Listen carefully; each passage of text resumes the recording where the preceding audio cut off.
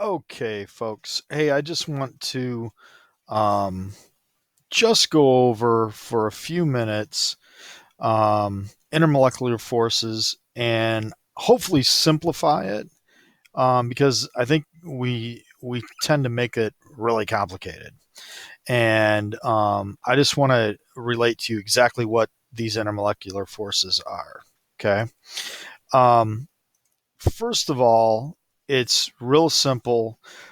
All the intermolecular forces in the basic are the same. So basically, what you have, I got to change my color here. Let's do this. I've got some kind of molecule over here, and I've got some kind of molecule over here. Now, remember, these molecules are made up of atoms, right? So I have atoms inside the molecule. So there are atoms in here. There might be 5 atoms. There might be 2 atoms. There might be 100 atoms. There's atoms that are combined together in molecules. Okay. So for some reason, and this is the difference between the different types of intermolecular forces.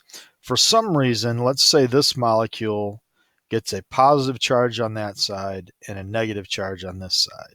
And this atom has a negative charge on that side, not atom, but molecule, and has a positive charge on that side. I'm going to put molecule up here.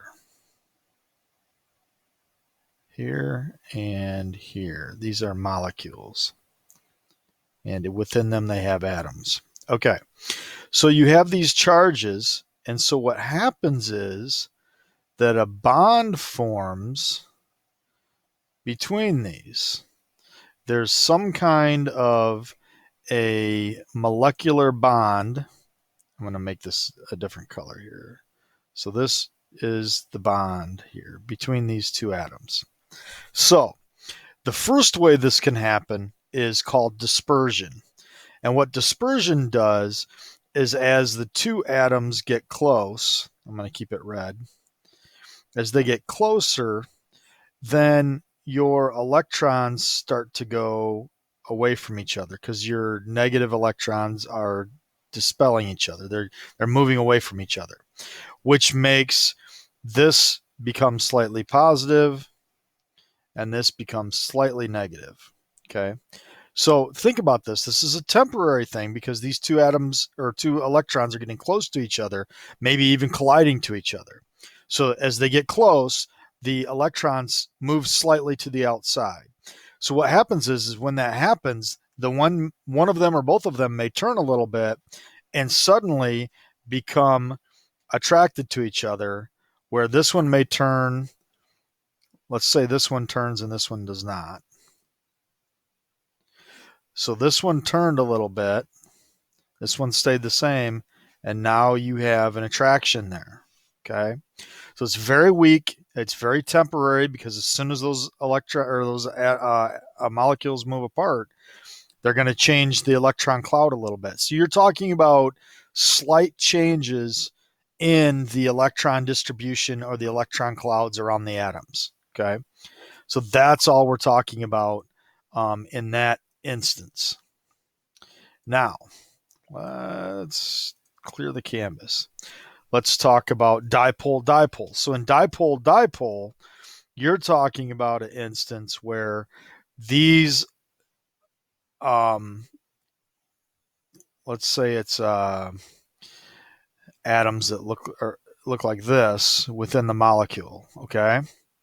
And let's say that this side now is positive and this side is negative because this large atom has attracted the electrons from here into, let's kind of look at it this way.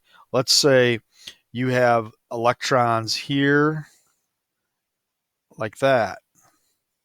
Okay, so you have your electrons somewhere in here because they're being shared. Okay, which means where do you not have your electrons? You do not have your electrons out here or out here, which means this side's positive and that side's negative.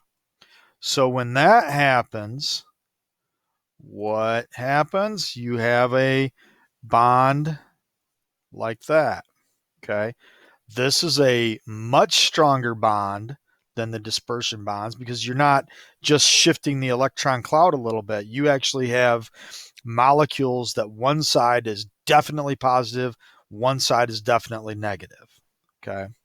Very, very strong bonds. The third one is a hydrogen bond.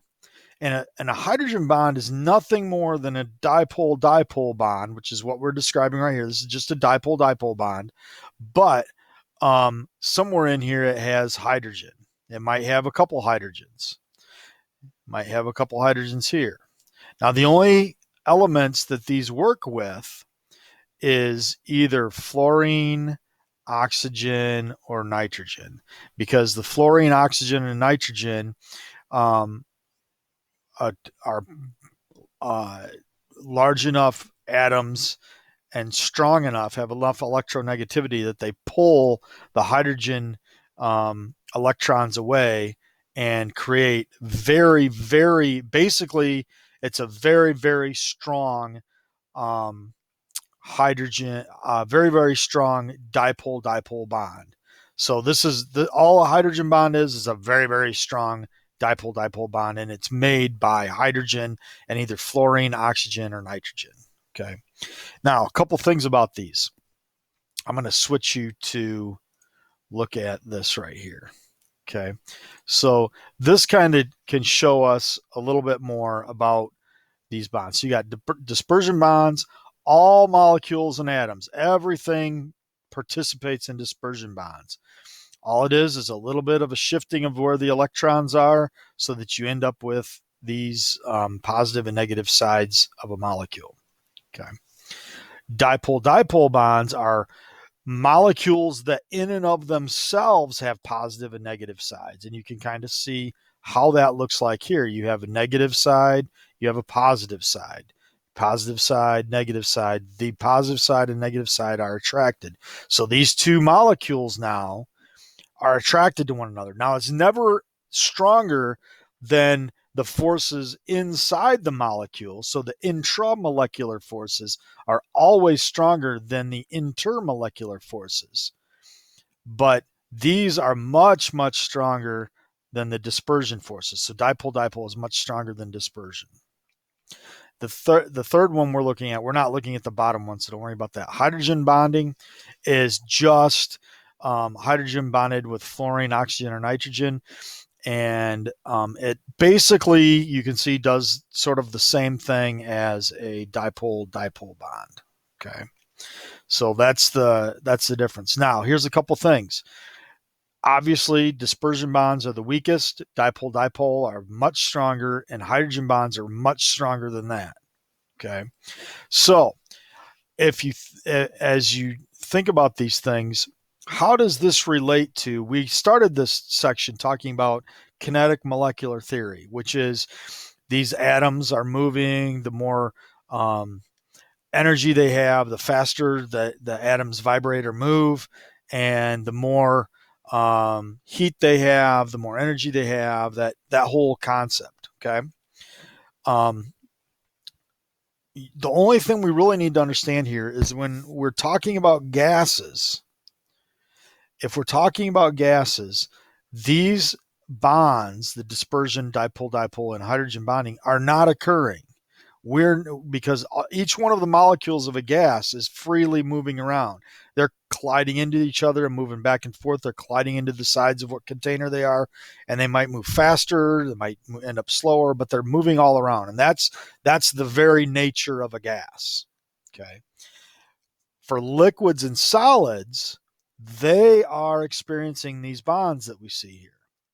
So the kinetic molecular theory is still true, but we have to keep in mind that these bonds are occurring. So what happens is, let me just take, for instance, I'll just give a little bit. You take water and you heat it up. Let's say it starts as a solid, as ice. and it has some very, very, very strong bonds that are not being broken. Okay.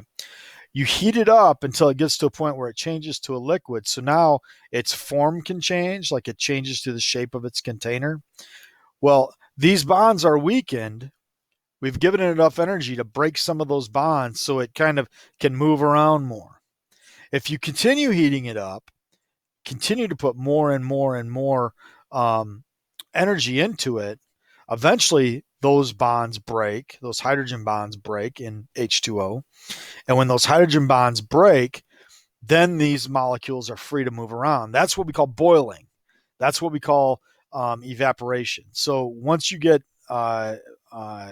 water up to that heat, up you put that much energy into it, those bonds can break apart. That's what you're doing when you boil it. So what happens is because oxygen because water has hydrogen bonding and it has a very high boiling point because the strengths of those bonds are holding it together. Okay. So things with hydrogen bonds have very high boiling points. Things with dispersion bonds have very low boiling points and will actually turn into a gas relatively easy. So, like ammonia has weaker dipole-dipole bonds than water does, and ammonia will turn into a gas at a much lower temperature than water will turn into a gas because of the differences in those bonds. Okay. So that's what all of that boiling point basically just tells you how strong the intermolecular bonds are. That's one of the big things that it tells you.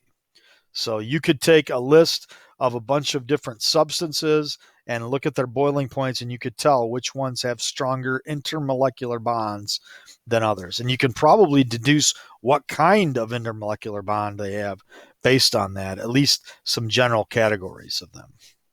So I just wanted to run through those things with you and kind of make sure you had a little bit of a background of that and hopefully a little bit better understanding and a simplification of that before we continue and move on.